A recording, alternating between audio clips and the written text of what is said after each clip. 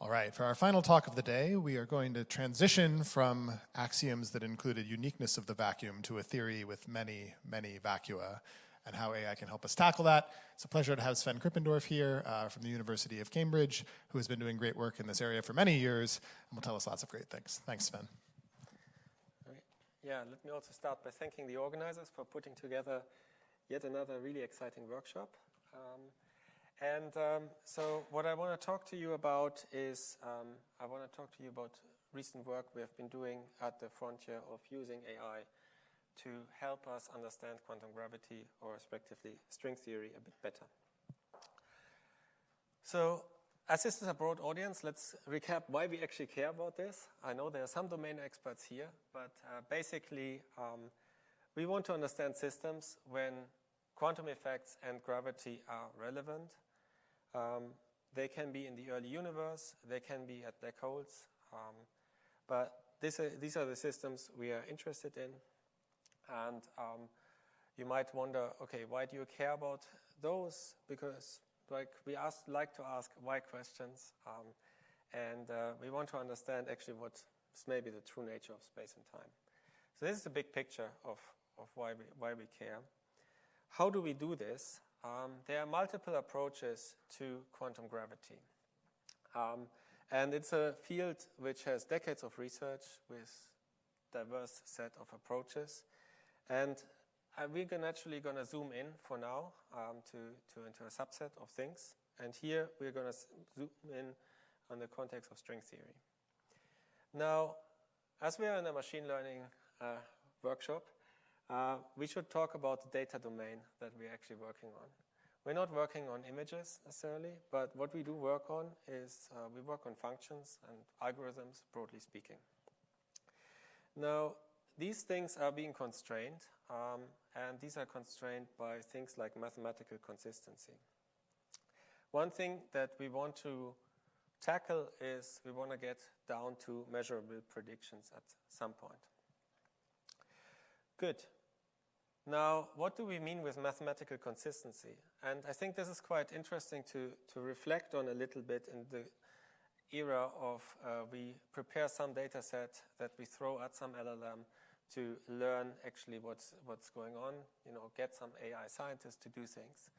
And if you do that and you feed in some articles, you will see statements like this, right? We focus on, say, some consistent models without gauge anomalies. Now, these are, looks like an innocent sentence, so to say, but these have substantial amount of background involved with this. So just to state, okay, here models, maybe, you want to have some structure in a formal way if you want to prove things. But in some sense, you can also think of it just as a set of fields and their symmetry, properties, setting charges, and how things interact. And often we summarize this as a Lagrangian. So these are things we want to do, but we want to do particular types of models. And why do we want to do this? Well, if you take, for instance, some simple physics problem of looking at scattering of particles, and here in the case of, picking scattering of electron and positron into two longitudinal photons, you can pick a model that you can write down, and you can pick it in a non-consistent way for just picking a fermion with some charge and some gauge boson, and you can calculate things.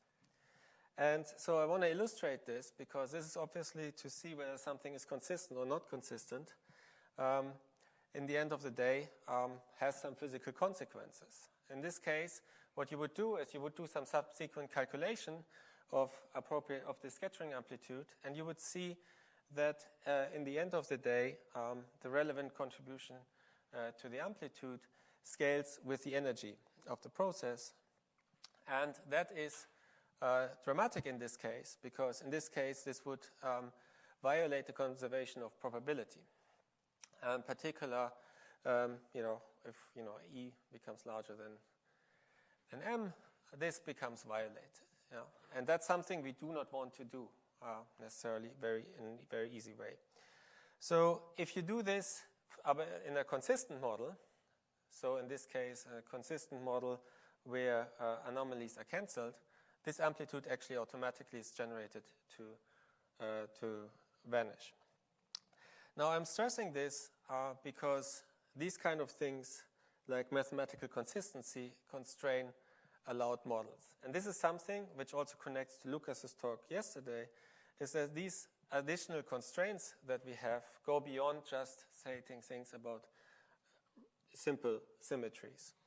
And I think it's going to be very interesting to look at analogies of these mathematical consistencies, of trying to explain what we mean to mathematical consistency. In this case, we might see, okay, we have some symmetry or so, that's enough.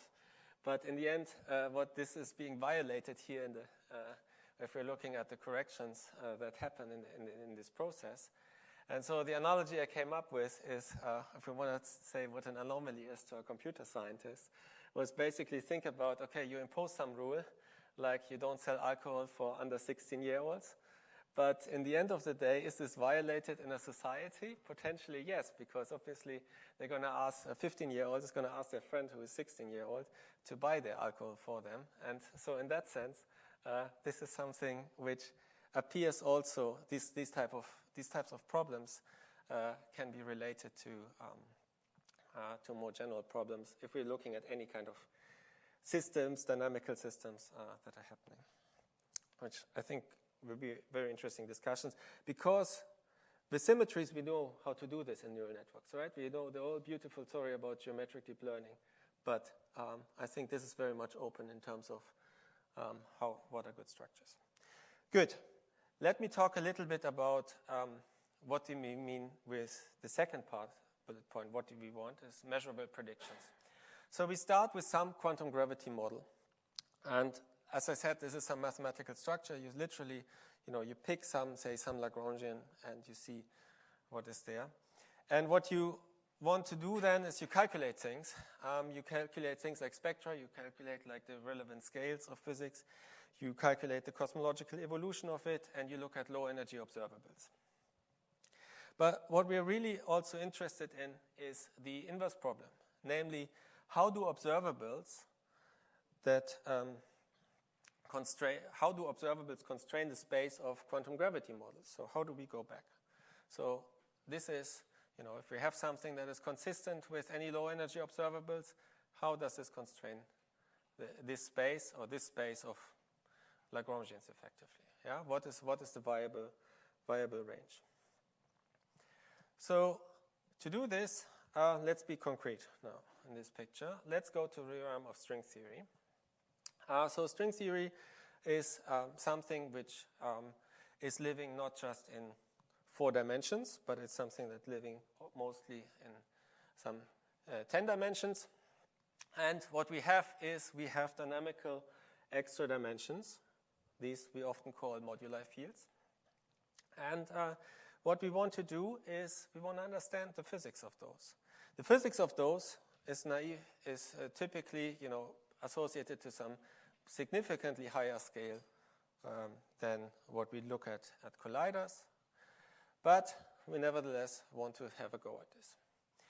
Now, in general, there are many possible, what is the problem here? There are many possible models that we can write down, and we want to understand what is actually going on in these. In practice, what does this mean? Like if we're looking at various models, if you're doing the forward pass, this will tell us that there are different low energy physics, or different spectra, different scales, cosmological evolutions that do come out.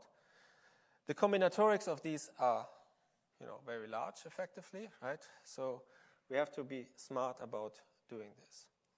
So the question we want to ask for these things is, can I generate, for instance, a string theory solution with particular low energy observables?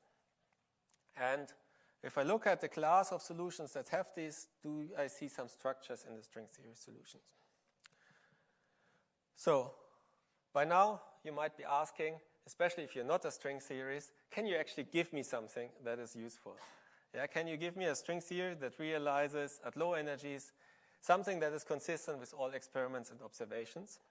And that's something, people might have asked for 30 years or have been asking for 40 years. It's something coming out. Still, at this moment in time, I will still answer that the full-fledged problem of giving you everything is hard, but some of the problems, and that's what I want to say in this, also show you in this talk, we can address. Now, and I think this is interesting, not just for the realm of string theory, but also in the broader picture for any beyond the standard model physics. So what we are asking is, give me some string model that realizes, say, low energy supersymmetry just outside of the reach of LHC, so we just have not discovered it. Now, this is something, obviously, we as a model builder. This is a typical model building question. Now, this type of model building question, if you don't care about string theory, you might care about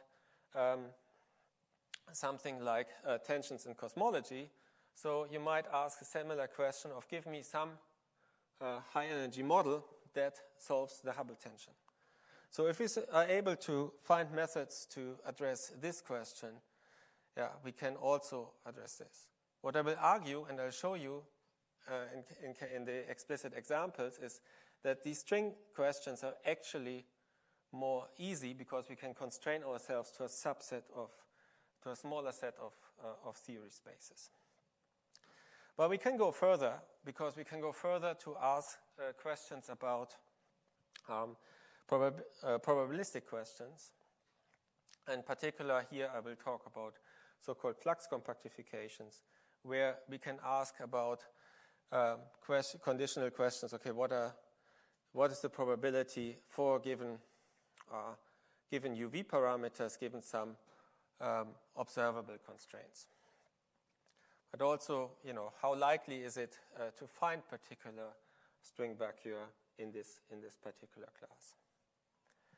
And these are similar questions that you might be interested in. So, for instance, if you're interested in building new types of detectors, or if you're interested in high-frequency gravitational waves, you might ask, what is the probability of actually finding such high-frequency gravity waves from cosmology in any consistent framework? And these are important, right, to be able to answer, because they justify whether an experiment should be built or certain effort should be put forward. What I will talk today to you about is two examples that we put out this year. The first one is about where we use machine learning techniques to address this inverse problem. Namely, I will show you explicitly how you go by putting some phenomenological constraints here at low energy, how we can generate some UV model that is consistent out of our pipeline. And this is done in collaboration with Jimei Liu, who is also here, my graduate student. And in case you have questions, you can obviously ask her as well throughout the coffee breaks. The second part of the work of what I want to talk about is where we really look very deeply into string theory vacuum, into flux vacuum. And this is, I think, very interesting to do, because if we have figured out a particular region of model space where we want to know what is going on or what can actually happen there, then we have a systematic way of doing this now, and I'm quite excited about this.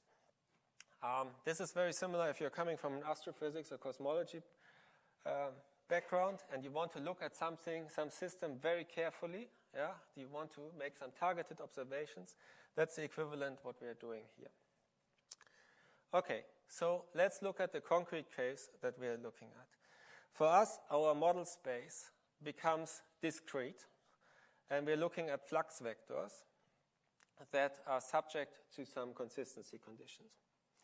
In the forward pass, what will we do? Well, once we have specified those, we can solve the equations of motion, which corresponds to also minimizing potentials. We can find the corresponding configurations of these moduli fields, and we can calculate physical observables. Then we want to solve the inverse problem of going from here to find sample further flux vectors here. As you can see, depending on the dimensionality of M, you can clearly see that here are large combinatorial factors that start to appear. So what do we do? Well, in this case, as a proof of concept, we look at generative models that we can now get. In this case, we chose to look at a conditional variational autoencoder, and it doesn't work out of the blocks, but what we have to include is we have to include certain physics-inspired losses in order to get these to converge nicely. What are these? Well, in that sense, there are a couple of modifications. So let's look through those a little bit. So we start with some flux vector that we want to, from our data, effectively, from our generated samples, from our samples, and we want to generate new types of samples in the usual way as we do with a variational autoencoder. Now, what can we do with these new samples? Well, we can say, okay, how good is the physics of those? Yeah? Is the physics corresponding to exactly what I've started with? Yeah? So I can measure somewhat the distance to those. Now, this is one aspect of this story.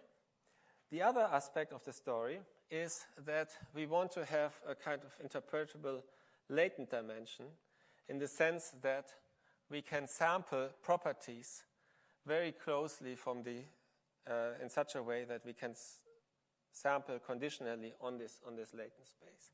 How do we achieve this? We achieve this by putting some additional requirements on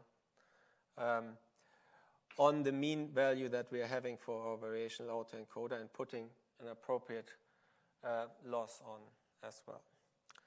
So having said all of these words, let's look at a bit in practice. What does this mean? So we're looking here, for instance, at the case of some string vacua that we have constructed. Here I'm showing you two observables that we see. And you can ask the simple task, for instance, okay, can you generate vacua here with this type of property? Now, and as I'm showing you here on the right, this is something that you can do quite nicely. Yeah? So you clearly see it's not perfect, but this is going in a nice direction. So this is nice. And you can look at things, the typical things further. So first of all, you can look at how is actually the distribution of flux vector that you're getting out that are generated. So this is a higher dimensional vector. So these are individual components that we're looking at. How do the distributions compare to your training data? And you see that they actually compare quite nicely. The second thing that you can do, and that we did, is to compare with standard sampling of just using some metropolis sampling. And what do we see is that our generative variational autoencoder is orders of magnitude faster, effectively, in generating samples. This is important for us because we obviously want to go to further examples where this speed becomes relevant. We can do this for a variety of experiments, and we see good performance. Now, in practice, what does this mean? So if you have a training set which looks like this, which you have generated by some harder methods, now you just have your trained variational autoencoder, and you can generate more samples. So if you do this in this case, you actually can get more out of this. Yeah? So these are then consistent models. So in terms of practice, what does this give you? Well, this gives us a much more sampled space of physically system vacuum. And this is something, if you start seeing patterns, you will see more patterns in the remainder of the talk. And this is, something that we can achieve. Let's go a bit further. So we can also go into the continuous case of this. So here I'm showing you where if you're starting with some target value for W0 in this case, can we sample vacua with a similar predicted W0, and this is working reasonably nicely in this case. So this is quite nice because this is kind of, we train on something and then we can infer on other things. It has been quite interesting also because we have been doing this for quite a couple of years now. So we have had work on using genetic algorithms, and we have used reinforcement learning approaches as well. And here I'm quite happy with these results because they don't have to be retrained everywhere or rerun everywhere. And they are much more efficient than using our RL efforts that we have had in the past in order of training things. So I think that is quite nice. Now, clearly, there are two questions that I will continue now with talking about, namely that of how complete are these kind of efforts that we are looking at in terms of string theory solutions, and then how can we scale these things to more sophisticated examples. So let's talk about completeness. So if you are interested in questions, what is something like the number of flux vector with a particular property? We can do this now in particular examples. And this is really to explore this Lagrangian space very deeply and systematically. So just to set the scene for this, what we really have here is a Lagrangian which has continuous fields and these discrete parameters, these fluxes. So what this means is that vector that we have looks something like this. So on these discrete parameters, you sometimes have multiple ones, sometimes you have a single one. Typically, so if you're picking one flux vector, you'll get something like this. What this means is you really have a potential which looks like this, and these are the solutions that we're interested in. Now, the challenges for these are that there are many of these fields in principle, and there are a finite number of fluxes for each of these that we can turn on, but too many combinatorial choices for the entire phi space. So why do we have to restrict to some region in moduli space, in phi space? If we do this, then the combinatorics become tractable. And that's what I want to show you results on. So how is this possible? Well, you do have to do a little bit of math, which I don't want to go into the details in this broad audience necessarily. But for the experts, what is the bottom line here? Well, we look at the ISD condition, so that is combining the fluxes and moduli fields, and we evaluate it carefully for regions of moduli space. This gives us some eigenvalue spectrum, and in combination with the tadpole constraint, this allows us to bound the flux vectors individually. And once we have this, then we can, if the region is sufficiently small, we can look at a particular region and enumerate things completely. Why is this interesting? Well, this is interesting because this gives us an insight into the statistics empirically of what we see in this landscape, and we can confront it to models from the early 2000s proposed by Mike and collaborators to see whether these estimates are actually found, for instance. But they also allow us to take a look at the standard things of when we are sampling these kind of vector, whether there are biases that come in from our algorithms, and if there are such biases, can we do the fun part that we all know from cosmology on how to quantify those biases. So how do we do this? So our telescope for these deep observations of flux vector is some package that we've written called JAX vector. And what does this do? Well, this is a flexible code that allows us to address various Calabi-Yau, so various background geometries, and to study the flux potential and various quantities that we're interested in a rather efficient way. So as it's called JAX, you assume that this is written in JAX, which it is. And why do we do this? Well, a lot of this stuff is basically standard auto-different. So to go from the input variables down to quantities like the potentials can be written down as some function which is just involving a couple of derivatives effectively and appropriate combinations of some other functions. Auto-differentiation makes this fast, makes this possible for various combinations. What makes it fast is the nice compilation in JAX and the vectorization. And this is, if you for a lot of the domain was using Mathematica before or other things, this gives you a orders of magnitude of speed improvement. Now, what do we do?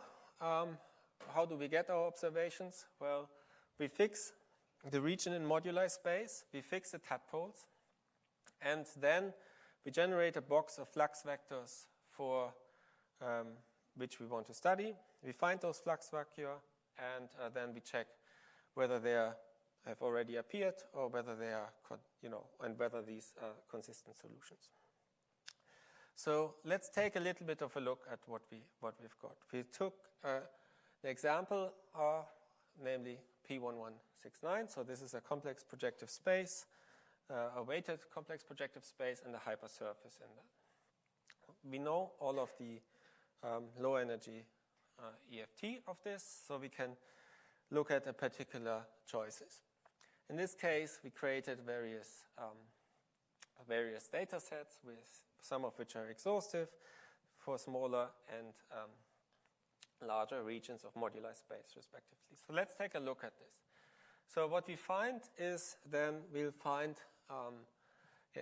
these solutions, and I think they are also looking non-trivially, right? So this is something where we are interested in to see what structure we have. And we see this structure changes when we change various parameters. If we're looking at the case for flux values of 34, we can zoom at this in. It's not as pretty as going into a planetarium by this time, but you still can see that when you zoom into these structures, these things are remaining between various things. And we have at the moment, this is an observational talk, so to say. We have no clue about what is the bottom of these, where do these structures come from. But these are things that we can realize now by numerically studying those. Now, let's walk through this.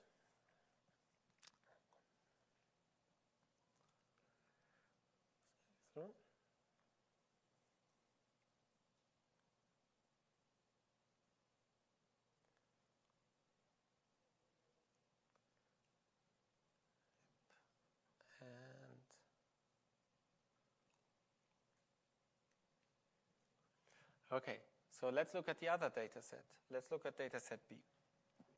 So data set B is a smaller data set, but what you do see is, again, very similar structures, but also you see regions of physical parameters, like for this W0, which you don't populate, for instance, right? So these are regions now, if you do these kind of studies, right, you would not find vacua with this particular physics property.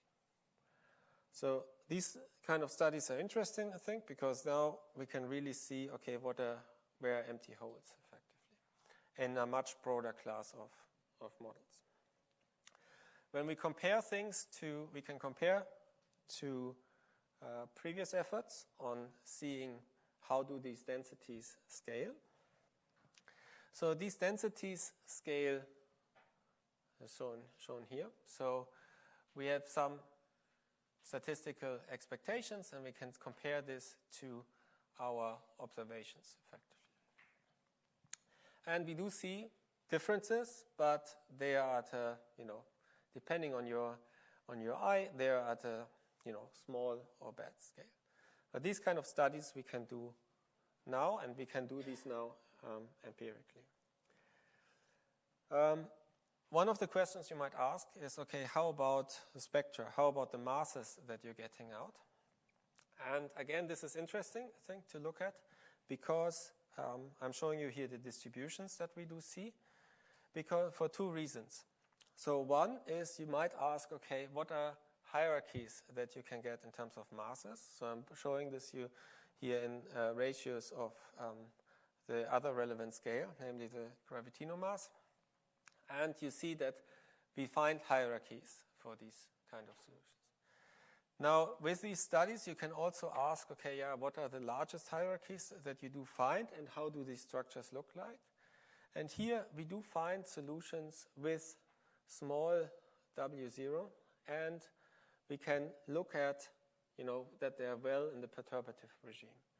And so we are really here at the stage where we can do model building from these samples, because they are augmenting what people previously have been constructing for small solutions of W0. Now, in the last couple of minutes, I want to take a step further back. Namely, these questions, obviously very nice toy examples to look at. But the real big question, right, that we want to go back to is answer that question, okay, what does string theory predict? Can we get a standard model out of string theory? This is a question, we have seen for decades. Now, all of these little things bring us a bit further in each moment in time.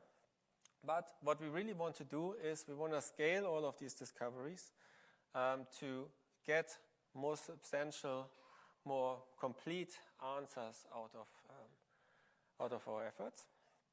And clearly one of the ways forward, and the one that I'm very excited about, is to automatize this stuff even further. So now we can talk about the question, okay, can we do all of this, what I've been just showing to you, and can put this in the context of using an appropriate agentic system. Now, why is this a good time to ask this? Because by now we obviously have heard about, have all used LLMs. We have used LLMs to write code. We have used LLMs to plan projects potentially. We have used LLMs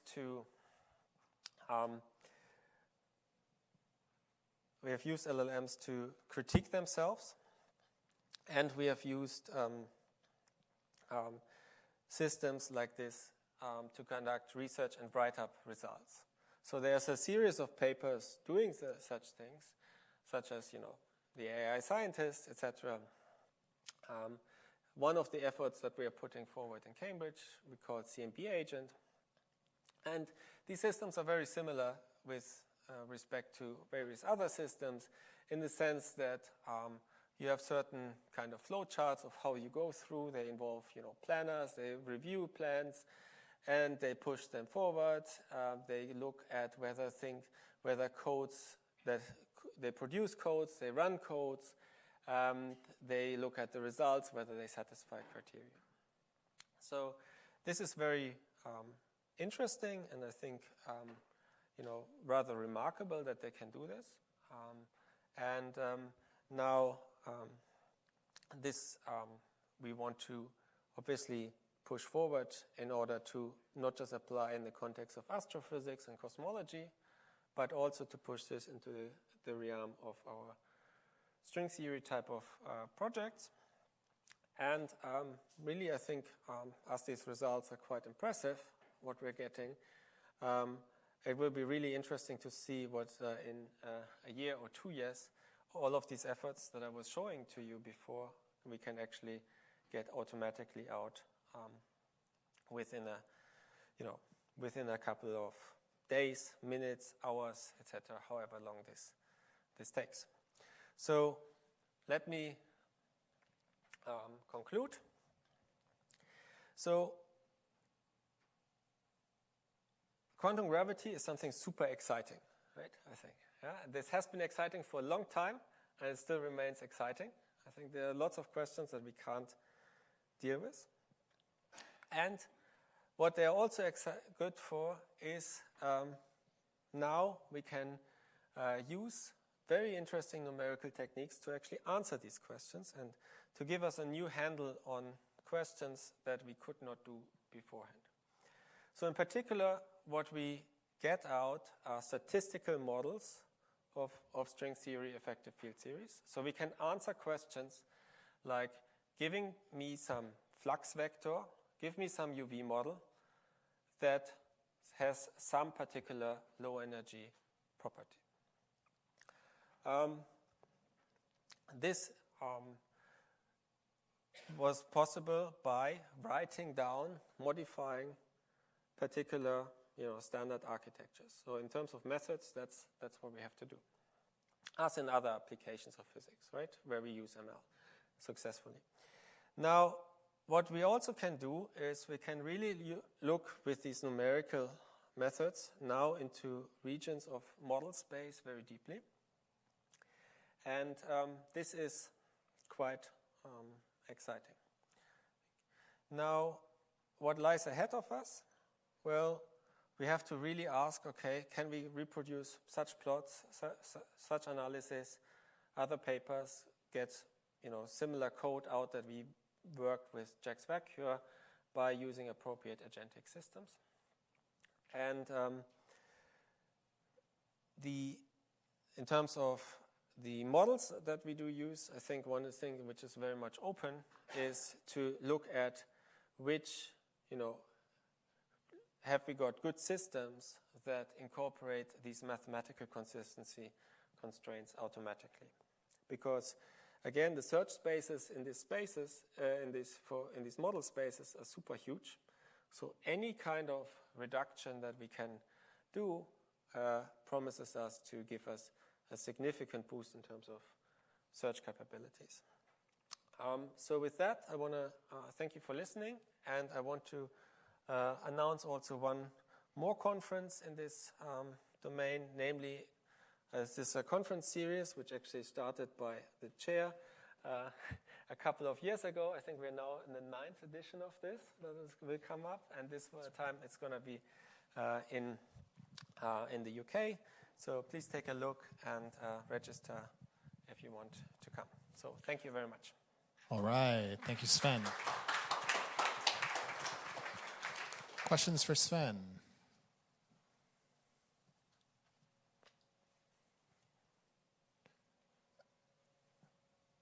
All right, well, I'll ask one. Oh, there's one there from Moritz.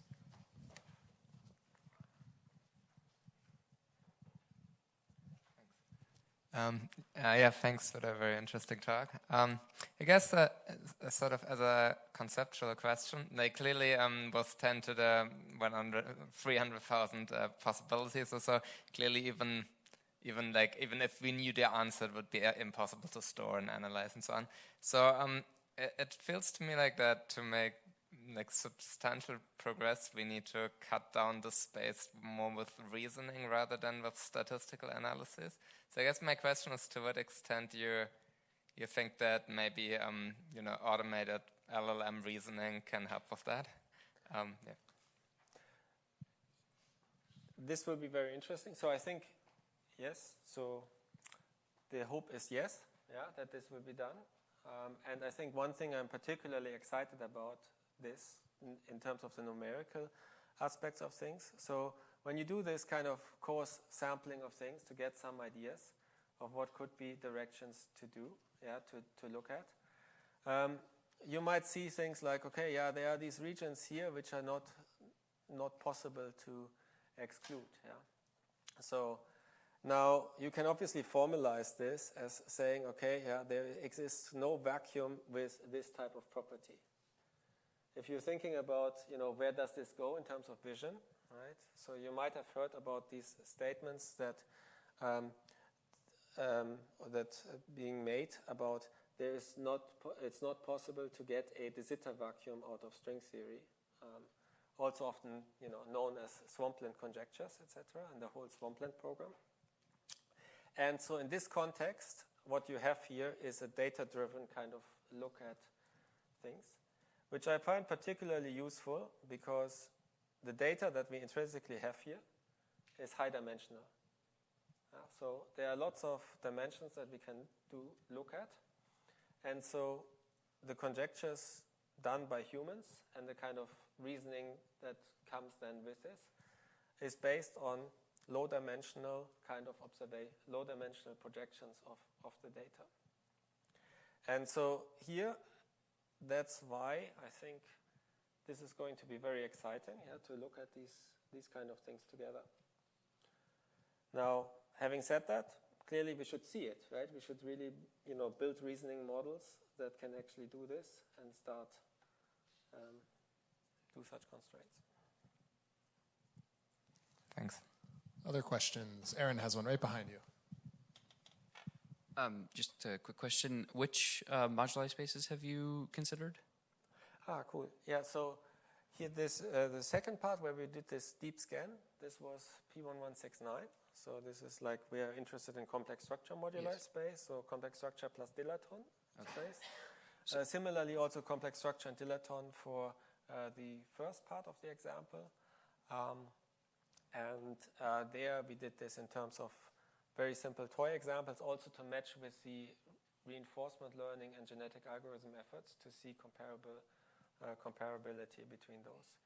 So these are, in this case, in the first case, this is torus and conifold, effectively, regime. The reason was that they are very fast, effectively, right? But they are good starting points, I think, yeah. Thank you.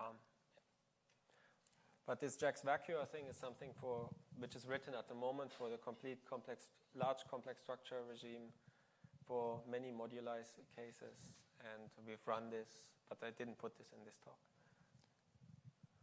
Any other questions for Sven? Yeah, sure, Moritz. The king of questions. One last one. I guess, so I'm, as you know, not a string phenomenologist. So one thing, I was always under the impression that it's actually really hard to get the EFT that corresponds to some string theory compactification. So I guess my question, it seems here now for at least these models you consider, like this with JAX, this is all solved. But to what extent is it hard to get the EFTs that correspond to these compactifications? Good. So that's So when I say, for instance, I'm restricting here myself to a subsector of moduli fields, right? A full-fledged compactification has also Kähler moduli included in. We'll probably, because we're in type 2B, we'll have branes effectively involved, which carry also open string moduli. So this is only a subset of that sector that for a full-fledged model that you would want to do. Nevertheless, they carry a lot of the structure, effectively, of this. So I think they're good things to start with. Now, then, in terms of EFT, so these subsystems are very well under control, right? I think so. There's not much of an argument that can be made. Now, for this whole EFT of the full system, then things become a little bit more messy, and that's obviously an ongoing process. But we are because in the end of the day, it's like calculating corrections in effective field theory, right? So you'll have to look at here higher order amplitudes effectively to calculate appropriate coefficients, and these become messy, right, in that sense. And those calculations have only been done in certain special cases, not in the full-fledged case. In that sense, if you're thinking about, for instance, also further about things about stability of things like a KKLT scenario, which you might have heard as a cosmologist about, then, there are certain, there's a whole program of making these as stable as possible effectively, right? I mean, these proposals have been around for some time, and there's some systematic effort of calculating all sorts of corrections. Good. Yeah, that is an ongoing process, but that's also why this thing is going on for 30 years or 40 years effectively, right? because these calculations are hard.